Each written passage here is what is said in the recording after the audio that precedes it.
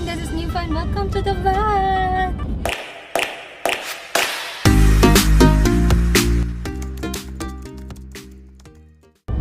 Today is Divisoria Day and I'm with my pamangkin. Hello! Si Tintin. Siya po si Tintin. Literal, kasi siya po ay thin. Kaya Tintin. So pupunta kami sa Divisoria ngayon. Papakita ko sa inyo yung newly renovated na Jones Bridge. Plus, pupunta kami ng Divisoria. Papakita ko pa ulit-ulit, be. Papakita ko sa inyo ang newly renovated Jones Bridge and Divisoria ngayong 2019. Ngayon na si Yorme na, ang Yorme. Gusto niyo yun? And papunta rin kami sa 168 Mall kasi ako ay mamimili para sa aming school supplies business. So, let's go, come with us!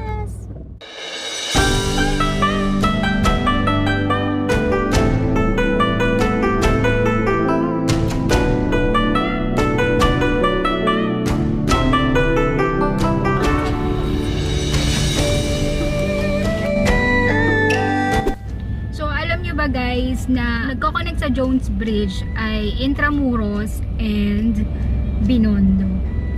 Kasi actually nag-research na kami bago kami pumunta dito sa Jones Bridge. Nag-research kami kung ano ba yung mga ginawa nilang structure doon sa Jones Bridge na bago ngayon. Ano sabi sa Google? So sabi ni Google, ibinalik sa Jones Bridge yung iconic structure na La Madre de Filipina. It was actually original doon talaga siya before nilipat sa Rizal Park. Kasi before siya naging Jones Bridge, it was actually called as Puente de España. Pero nagkaroon ng floods, ganon. The bridge was damaged by floods, so they need to renovate it.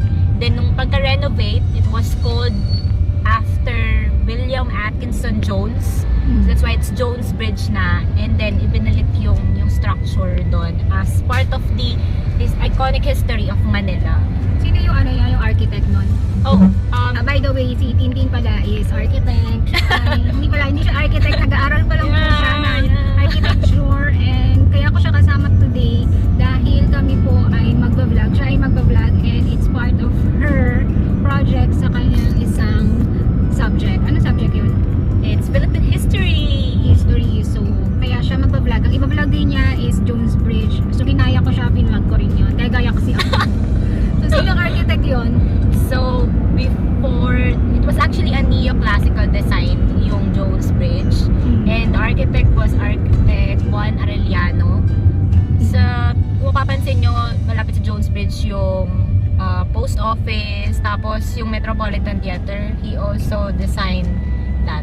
Juan Arellano also designed that structures. So he is the father of neoclassicism. Yeah, sobrang tagal na pala talaga nung Jones Bridge. And imagine, isa yon sa historical, ang tama ba yung term ko? Ng Manila. Diba? Nakaka-proud. Charot.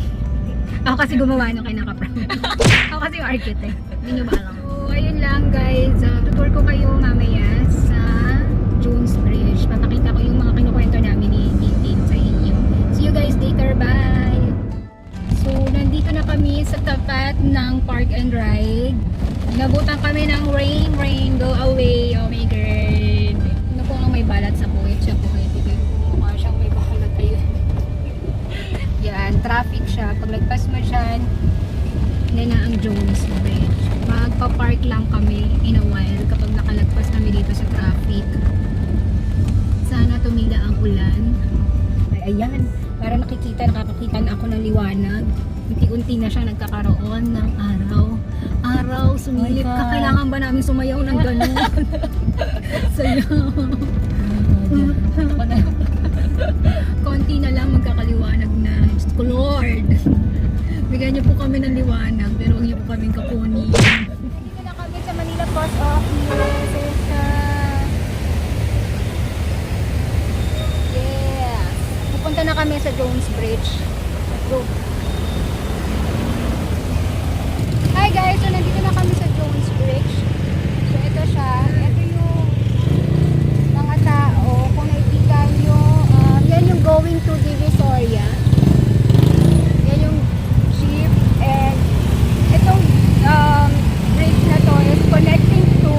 Binondo and Intramuros.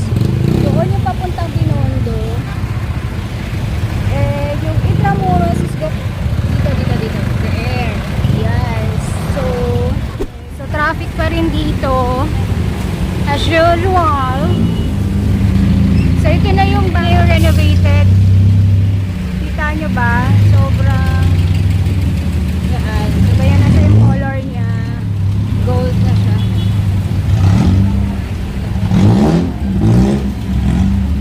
Safe na dito and kung makikita nyo, malinis na siya. Malinis na yung area. So, we are here now sa Jones Bridge. Well, may makikita tayo mga dumaraan ng mga tao, which is before, nung hindi pa na nire-renovate yung Jones Bridge, is madalang yung mga dumadaang mga tao talaga kasi nga, ang Maynila noon is parang laganap yung krimen, ganon. Pero ngayon, yung views na lang yung nakikita nila, yung mga street lamps, street lights na yan, yung mga tourist attraction na talaga siya ngayon. So ito na yung bagong Divisoria. Kung nakikita nyo, ang linis na niya. So kung nakikita nyo, wala na yung mga nagtitinda. Pero so nandiyan pa rin yung mga tao. Dito Tuban Center. Yan. So yung Tuban Center. So, tapos ito yung papuntang Recto. Diyan. So ito yung 999 Mall, 999 Shopping Mall. So yan, sobrang linis niya na. Pupunta lang kami sa 168. O diba, pwede ka na mag-vlog dito, bongga. Hindi ka maglakad dito kahit sa gitna ka maglakad. O diba, taray, ito na yung bagong Divisoria. Ang linis niya na. Hi, Tien. Ano mo sa Shopee mo sa Divisoria? Naiyak ako sa Divisoria. Diba? Tapos ayun, may mga pulis. So, ayun. Pero nandoon yung ibang nagtitinda, oh. Pwede pa lang dito tayo naman. Oo. Tara, tawid na tayo. Wait lang. May nagbabike. Baka masagasaan tayo ng bike.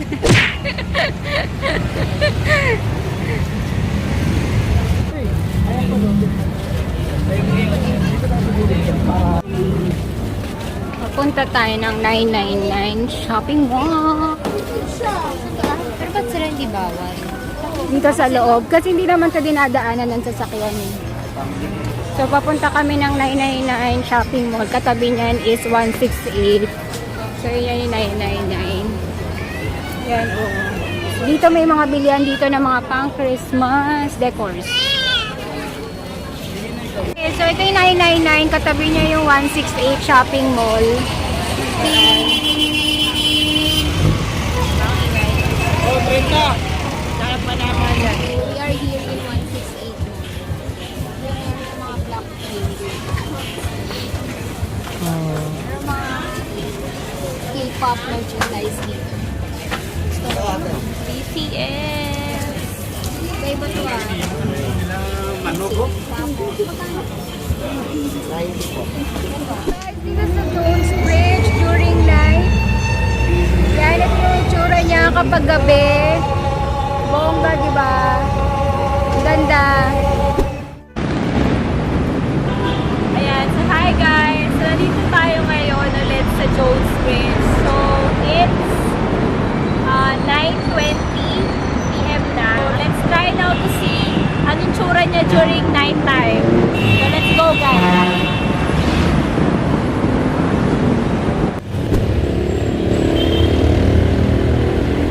Kapag galing ka ng Binondo, ito yung art niya.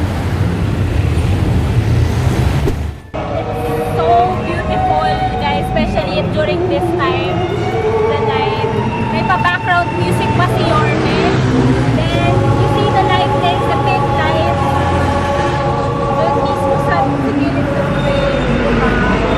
And based now sa media, sa news, it cost 20 million pesos. So did you know guys that the ornate lamppost was actually designed by architect Jerry Acuzar.